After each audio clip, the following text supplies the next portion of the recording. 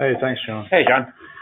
Well, we're gonna organize today's call more as a discussion, and what I'd like to do is to first start with Robbie. Robbie, it's only Tuesday, but I feel like this has been one long week, and I'm curious what you see from your vantage point. Yeah, I mean, we've been bouncing around obviously a good bit. I think the bottom line, as we summarize what this webinar is about, is this conversation: is there a structural issue, akin to '08 or 9/11? And I think what we're going to try to establish today with the slides is that we believe this is an event-driven market reaction and more of a short-term shock. And so as we talk about anything, especially in regards to the volatility that we've seen, we have to start to find and identify what are the main issues and what are the main contributors to the uncertainty that's creating the volatility. And so we've identified three issues. They're tangled fairly well together, and we will disentangle them on this call. But it's oil, the coronavirus, and just the U.S. political environment. And so that's what I want to talk about. So as I bring Scott in, Scott, I mean, the main narrative, if you're looking at the treasuries, if you're looking at equity markets, you're really finding this narrative that there's going to be a U.S. recession, and there's a lot of damage done to this idea that the U.S. was healthy and growing even 4 weeks ago. Yeah, that is certainly the case. And one thing that is certainly helping drive that narrative is some of the very whippy price action that we've gotten in markets, and it's not just equity markets. This is we're talking about liquidity in both rates and equity markets right now, and just as a way to understand why we're getting some of those very large and seemingly disjointed and frankly somewhat unsettling moves that we get in markets on a day-to-day basis. It's not typical for markets to move like they've been moving. And so when it happens, it kind of gives people somewhat of an unsettled feeling. But there is reasons why the markets are moving this way. One of the chief reasons why is if you actually want to transact, you need to in the market you need to actually trade something. And if you're going to trade something, the largest kind of building block for equity portfolios in the world is the S&P 500 future. So the liquidity of that contract is of utmost importance when we're thinking about how much can a market move based on a single buyer or seller. And what this chart is showing is the incredibly poor liquidity environment that we've encountered here these last several weeks. And to put a number on it, yesterday the average bid size on the bidder offer of the S&P 500 mini future was about $2 million. So if you had more than $2 million to buy or sell of the largest equity futures contract in the world, you could move the price. That number is usually in the $30 or $40 million range in kind of most normal markets. So that gives you an idea about the sort of the constrained liquidity environment that we find ourselves in at least in equity land. That certainly gives you an idea about why we might get some of this jumpy price action. But it's not, this liquidity environment isn't constrained to only the equity space. One of the driving narratives for the last couple of weeks has been the plunge in U.S. interest rates and what that really implies and what that means. And so while that has certainly got our attention as well, we actually thought to disentangle, when are these moves actually happening? Because it just seemed to us that a lot of the moves in rates were happening overnight, while nobody was at the desk. And so we went in and looked at it. And as it turned out, about 90% of the move in the U.S. 10-year rate over the last couple of weeks happens during Asian trading hours. So while think like 3 in the morning, 2 in the morning, those types of times. That's when there aren't anybody really in the seats for U.S. markets, and actually liquidity for U.S. Treasuries. It's probably not a surprise. Is somewhat impaired when U.S. markets are not open and U.S. traders are not on their seats. So a lot of these moves, even though we're seeing in a very liquid Treasury market, are happening in times of impaired liquidity. And so the interpretation of some of these moves, you may need to be a little bit circumspect when trying to untangle it. This is really just taking a look at the magnitude of the move that we're looking at in the 10-year rate and why it's caught people's attention. It's not typical to have moves of over 1% in a couple of weeks, especially a move driving 10-year rate down south of 50 basis points at times yesterday. But when we look at try to understand like what is driving the actual rate, a treasury rate is a combination of a couple different things. It's a combination of where we think central banks are going to be, is combined with where growth expectations are, combined with inflation expectations, and then there's a kind of a safety premium sometimes to this called that they can imply from a term premium. So if the 10-year rate has fallen by about 110 basis points or 1.1% over the last couple of weeks, about 2/3 of that move has come as a result of a pretty severe decline in inflation expectations, and that's probably not a surprise given what's happened with oil over the last couple of days. But that is the drive down in inflation expectations is a large part of the move and the decline in U.S. rates. The next largest part of the move is been something called term premium, which you really just think about as a proxy for a bid to safety. So when things go really haywire, people flock to treasuries, and you can tease that out in the term premium. What that also implies, though, is that changes to growth expectations have not been massive in this rate. So the interpretation that the 10-year rate is down a lot because that means the U.S. is certainly going into a recession, that may not be the most accurate view of what's going on in rate land. Robbie, as we're talking about, certainly we talk about the consumer and we talk about how people are looking at this virus, how people are looking at the price change in oil, how are they actually reacting in real time to the news that they're seeing? And some of our research partners at a firm called Cornerstone Macro actually do a daily consumer confidence survey. They've been doing it for years. It can be a really helpful barometer for understanding what the impact is to U.S. consumers of kind of ongoing price action or ongoing news in the economy. And for the first couple of weeks of this epidemic, the U.S. consumer was really fairly unaffected. They weren't really changing all that much. But we've seen a change of that in the last week or so. In the last week or so, we have seen consumer confidence in the U.S. take a dip. And so what that means functionally is that we should expect retail sales in the second quarter to probably come in a little bit weaker than they otherwise would. We should expect to see slower travel and like a little bit more cautious consumer behavior on Main Street. And so that is something that the market is certainly starting to price in. At the same time, we've started to see a little bit of selling or a little bit of turn down in sentiment for the first time in a little bit in the retail investor, in the kind of the small, like a little bit of a small ticket retail investor. If you look at the TD Ameritrade Investor Movement Index, which is the chart on the right, that's actually turned down a little bit here over the last month. And that the retail bid was something that we had been highlighting for a few months, and so it's important to us to not see this thing really collapse. But it does tell you something about the investor sentiment just to see it hook down some over the last couple of weeks. To contrast that though, so the TD Ameritrade is certainly think the $25,000 and under a kind of account. If you turn to some of the wirehouse data, so a place like UBS with their wealth and their wealth management program, you're talking about a little bit higher net worth sort of investor, and those investors have been large buyers of stock. So the retail investor in the kind of larger retail investor, we've actually seen come in and be pretty voracious buyers of stock these last 4 or 5 days for the most part. Really, the largest buyers since the day after Brexit. So the day after Brexit was the largest number we've seen on this kind of data.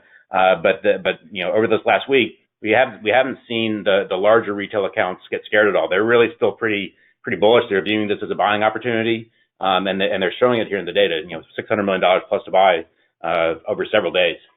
So, to put it in context, obviously liquidity, regardless of what the argument is, you're going to hear arguments about passive investing. You're going to hear arguments about high frequency. You're going to hear institutional conversations about liquidity. It really doesn't matter. You're faced with what we're faced with. And so we do care a lot about the U.S. consumer because the consumer is obviously 70% of the U.S. economy, and it's going to, it's going to argue for whether this growth narrative is actually holds or doesn't hold. And so again, running on the narrative that this is a short-term shock and not some sort of structural issue, let's start to unpack the three issues that we talked about at the beginning, starting with oil. That certainly this weekend started to unfold, and obviously in the price action last day. Yeah, oil is a really interesting example because part of the rationale, part of the explanation for yesterday's pretty challenging day in equity markets was the fact that oil disintegrated because OPEC blew up, and that means just terrible things for the energy sector. Now it can possibly mean some pretty bad things for the high yield space and for and for the kind of financial conditions broadly speaking. But in terms of the consumer, the reason for the oil plunge this time wasn't because of demand destruction. It wasn't because the market was thinking that the economy is going in the toilet. This was a supply increase. This was the Saudis and the Russians kind of facing off and playing a game of chicken, and neither one of them moving off the tracks. So they're both going to pump oil like there's no tomorrow.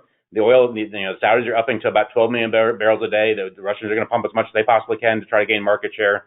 This is a case of the world being flooded with oil, not because the world doesn't need oil, because demand's going down because we're going into global recession. The oil had started to turn down a little bit prior to this weekend's events, but this weekend's events really accelerated it, and the large part of the oil price decline was due to a supply glut, not a demand-driven phenomenon. Not something you would see when you have travel bans associated with Asia, and certainly airlines under stress. You wouldn't expect the Saudis and Russia's to continue to drive oil production.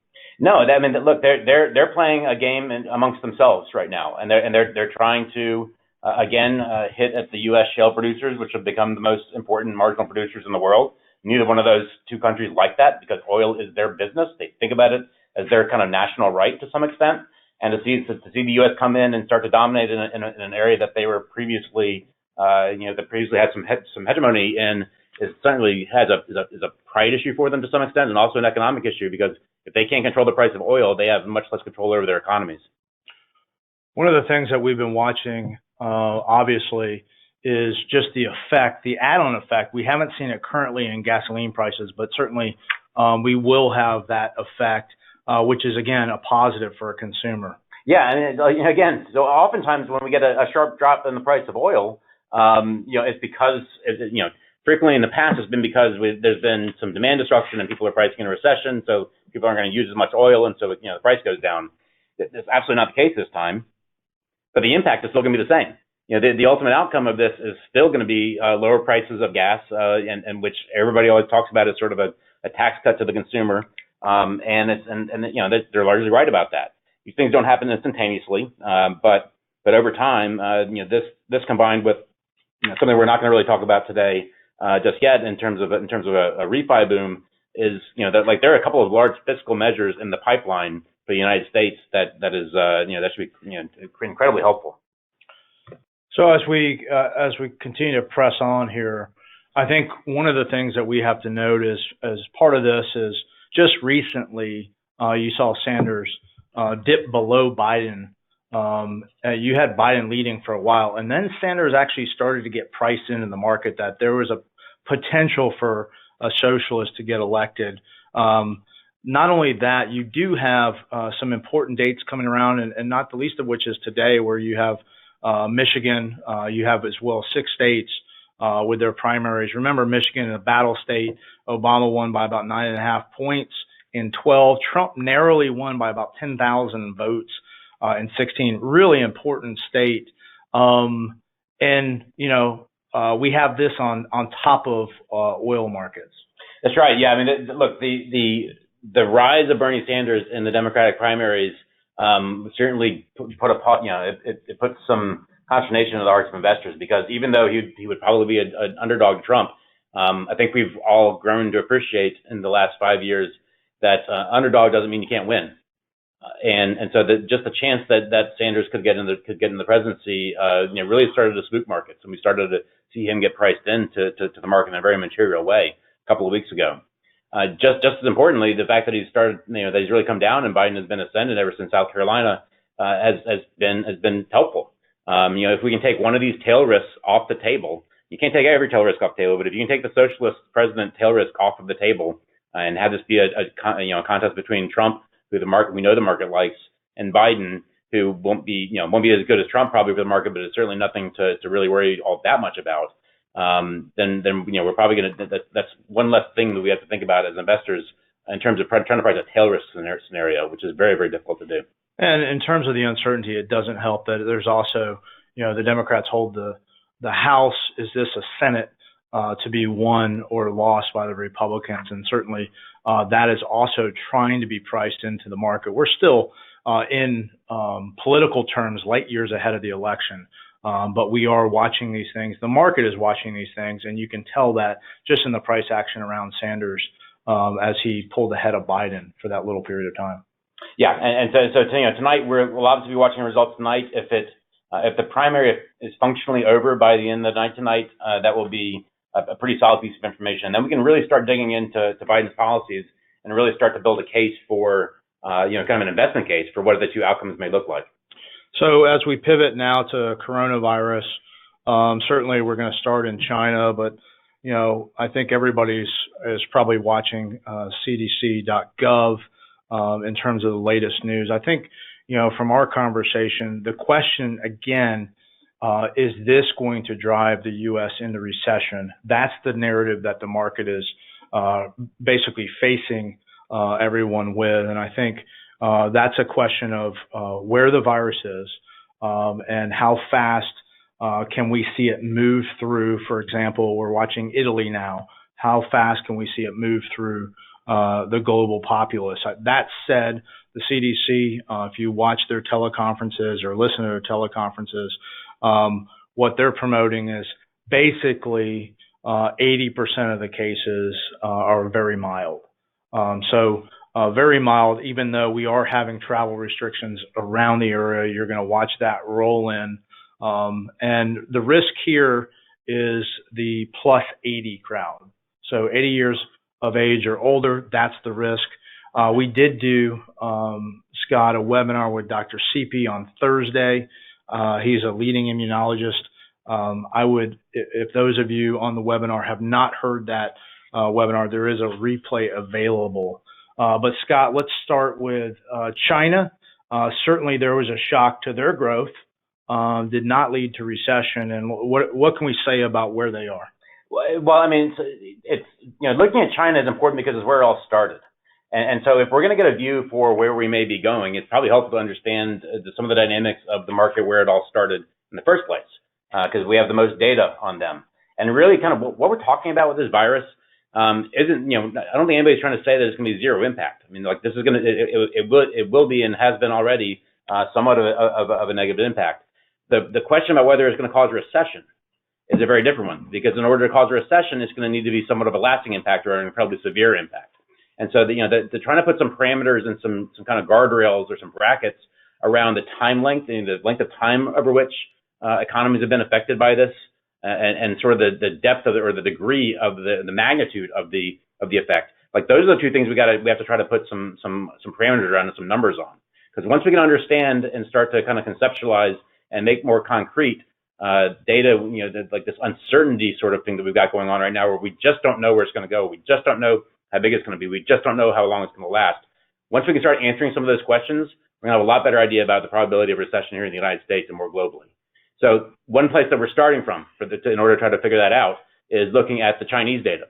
And look, Chinese stuff you got to take with a little bit of a grain of salt, but we have other data that we're going to talk to in a second that is somewhat confirmatory about this. But the upshot from the Chinese data, what you're seeing on your screen right now, is that it looks like it's in the neighborhood of 4 to 6 weeks is really sort of the impact length of this virus in terms of the length of time that it takes. And the chart on the right is talking about more the magnitude of it, and a pretty severe magnitude. I mean, like down 60% drop in activity, broadly speaking, for these first couple of weeks.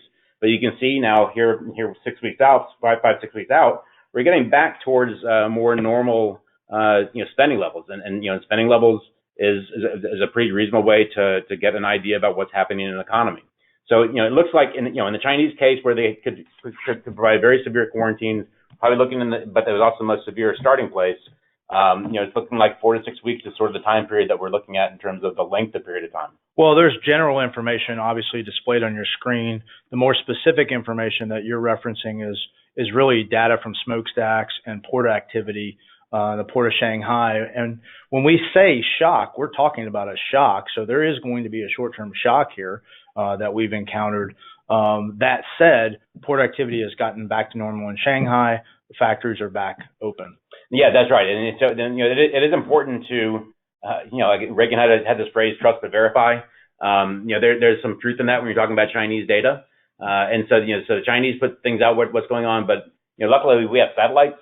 We have trade information from non-Chinese sort of counterparties. There's other things we can look to try to we can trust the Chinese data as much as we want, but verification wise, we are seeing some information out of satellite imagery and other types of information that suggests that the Chinese economy is in fact getting towards back to normal. Not quite there, but it's getting there. There's modeling in the World Health Organization. There's also modeling in CDC. There's certain other websites that you obviously can track. That is something that we're very interested in, and we've actually developed our own models. And that's some of the data that we'll show here in terms of modeling infected rates and certainly recovered rates. One of the hardest things about this virus is just the overall amount of people that have been infected because, quite honestly, the testing wasn't there. Right. And the testing still isn't there at size. And so it's very difficult to figure out numerators and denominators. Yeah, that's right. And so the numerators and denominators you're talking about, Robbie, are the important parts about, like, numerator being how many people have died and the denominator being how many people have been infected. That ratio is called the fatality rate, the case fatality rate. And so there's a lot of uncertainty about what that true number is because we just don't have very good certainty about the quality of the data that we've got on either. Well, we know the numerator, we know how many people have died. What we don't know is how many people have actually been infected. And so we're getting some of those data. We're probably 2 or 3 weeks away from getting much better data thus far. But so far, what we've gotten, these diseases and the kind of the total infected numbers have been tracking some of the models that we've built internally. We have Dr. Stephen Clark here to help us with a lot of our mathematical things, and he's developed these models that help track this. And so far, what we've seen, in the world ex-US or ex-China actually, is that these cases have been following along with what the model has suggested. One of the important things we're looking at right now is actually South Korea, though. South Korea has the second most number of infected patients, and was essentially second in line from China. So how is South Korea proceeding? In South Korea, what the model is suggesting now is that we are getting towards a place where the total infected is going to be leveling off here in the next week or two. That's important because it also confirms that from when the ramp up really starts until when the ramp up kind of dies down in terms of the number of affected, looks again to be in that sort of 4 to 6 week range. And so that range, if we can get some pretty solid confirmation, that's kind of the time period that we're looking at. We can start to get some numbers around the level of economic activity that may be impacted. So it's not only the range in the model, it's also the economic activity that from the shock until when it picks back up. I think one of the interesting points that CDC makes is just the distinguishing between the risk of exposure and the risk to the illness.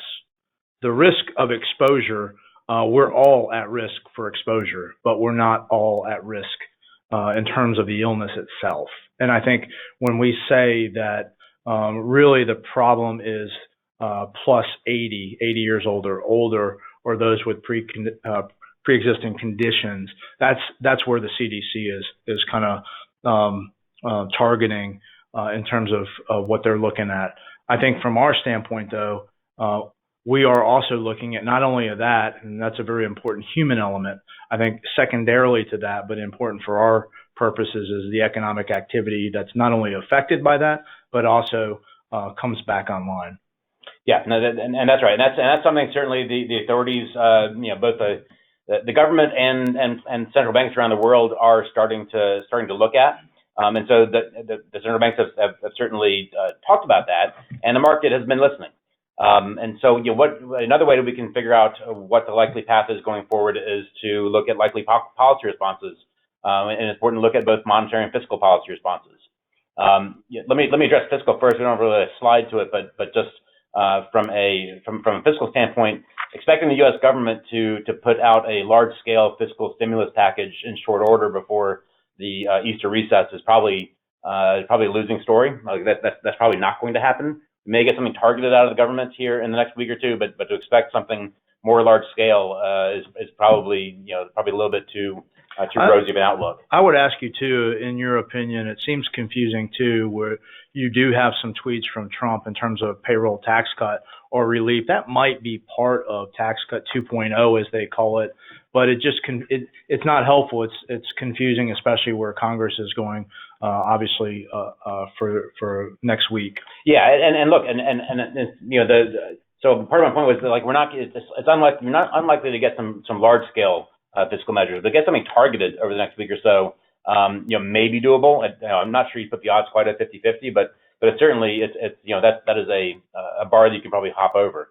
But remember also, we have non-governmental fiscal stimulus that's in the pipeline as well, in the form of the mortgage refinance wave that's currently going on, and in terms of gas prices, which are going to be coming down as a result of the OPEC sort of infighting. So when we talk about a shock and we talk about 4 to 6 weeks, and you already had a policy move in terms of the Federal Reserve cutting interest rates by 50, you don't expect that to actually manifest itself for some time. So is it possible to think through this idea where you do have a disruption, you have it return back to normal, and you have stimulus waiting in the wings, basically, when you're back to normal? That's right, and so the idea that we have quite a lot of fuel in the prime pump is probably accurate, in terms of having not only monetary stimulus but also this fiscal stimulus that's coming as a result of the refi boom and as a result of lower gas prices and energy prices overall, and commodity prices overall, frankly. Those things are going to matter. But the Federal Reserve cutting rates and the market right now, this graph is telling you that the market is expecting the Fed to go to zero by the summer. And Charlie Evans, the president of the Chicago Fed, was out in a speech on Friday right before the blackout period saying the market should expect us to start QE again after we're at zero if we need to do more stimulus. So the central bankers around the world do have some ammo left. The Fed's got the most ammo left, and there doesn't appear like they're going to be very shy to use it if they feel they need to in order to counter a short-term shock. So we talked about liquidity being the context. We talked about oil. We talked about politics. We talked about the coronavirus. Looking forward, talking about policy action, but in terms of the direction of the economy, we started off by saying we're looking at a short-term shock here. We are not looking at, from our vantage point today, looking at some sort of U.S. recession and or prolonged period of U.S. decline in economic growth. Yeah, I mean, look, you're right, Robbie. The data that we had coming into this challenging period that started, call it late January, early February, kind of globally, and really at the U.S. a couple of weeks ago. The data that we had about the global economy was pretty good. Economic surprise index is the graph on the left on a global basis. That is certainly showing some pretty positive numbers. The global economy recovering relative to expectations. The graph on the right is leading economic indicators. Those have turned up for the three largest economies in the world: the U.S., China, and Europe proper. And so everything's pointing in the right direction before this virus thing hit. And so if the virus thing ends up being more of a 6-week-ish kind of shock. Even though the shock is severe, I mean, it could end up being a severe shock. It could end up being something fairly deep. But if it is, within a time period that is somewhat finite and, more importantly, knowable, then people will end up being able to respond to it. People will end up not having to change behaviors for long periods of time, and we're going to enter back, and we're coming out the back end of that with all this stimulus that's in place, both monetarily and fiscally, that could actually make the recovery pretty darn sharp. So, Robbie, you have written and spoken extensively around the value of advice and the value of planning, and I'm curious what your thoughts are on that in today's market. I mean, I've got such a tremendous relief in terms of the financial advisor and financial advice market. I mean, individual clients at this point are not hitting 800 numbers or call centers. They're hitting our advisors. They're hitting planners, right. And for us, I think that's a tremendous relief. There are individuals hitting those call centers and hitting those 800 numbers. And I've said this before, be aggressive in this type of market. You will pick up market share. People are buying plans not necessarily products. They're buying your advice. But now when you look at the demographics, I mean, I would just say this. You have an undersaved population. You have an aging demographic. You have now all-time low interest rates. This is the best time for advice right now, and not passive advice. I'm talking active advice that our advisors give every day. Individuals come into their office and are coming in and asking questions in terms of, is this the right time to invest? And certainly it depends. I mean, for us, we're a goals-based firm. It depends. If you're in accumulation, you're in preservation, you're in kind of long-term mode. If you're in that preservation mode and you're 5 to 10 years away and you can kind of see it, those are clients that probably need more active advice, and certainly our preservation tools provide that. But if you're in accumulation or preservation, this is a time that you want to invest. This is a time that you're protecting your clients from the behavior risk that we know is there. All the studies say it. In these type of market environments, they're selling. And what's super interesting to me about your slide, Scott, is the UBS investor is buying at this time, and at the same time the TD deck is showing us that they're actually selling. Yeah, no, that's right. And look, selling is one thing, but not having a plan to buy back in is quite another. And so if people are talking about wanting to sell or wanting to get out of this market, just ask them the question. Well, so how are you going to get back in? Like, what are you going to look at in order to get back in? And try to discern a process by which you get back in, because getting out is one thing, but that's sort of the easy part. The hard part about the risk management process is the get back in decision. So having something that's founded in science and has a very, very robust process behind it is something that's actually critically important when you're figuring out the get back in decision. And John, I think maybe to finish the answer to your question is it's times like this that it's the reason why advisors are hired. It's the reason why asset managers are hired. It's complex times like this. And quite honestly, for us, and you and I speak about this a lot, this is when we really shine, and what we try to really promote is active communication and proactive communication in terms of our client base. Yeah, and to your point, Robbie, across our three phases, gain, protect, and spend. Look, we're getting a lot of questions about our protection strategies right now, and what I would urge everyone in the audience to look into is our risk monitor, right? And that gives you a daily depiction of the de-risking within those portfolios. Parenthetically, we have a fair degree of de-risking on in those portfolios today, and you can find those right through our guidance tools. So if you don't have access to our guidance tools, please just call the sales desk at 866-371-2399 extension 202, and we will get you set up with those tools. Want to thank you all for joining us. Thank you, Robbie. Thank you, Scott. You did a great job. And we'll all talk soon. Thanks very much.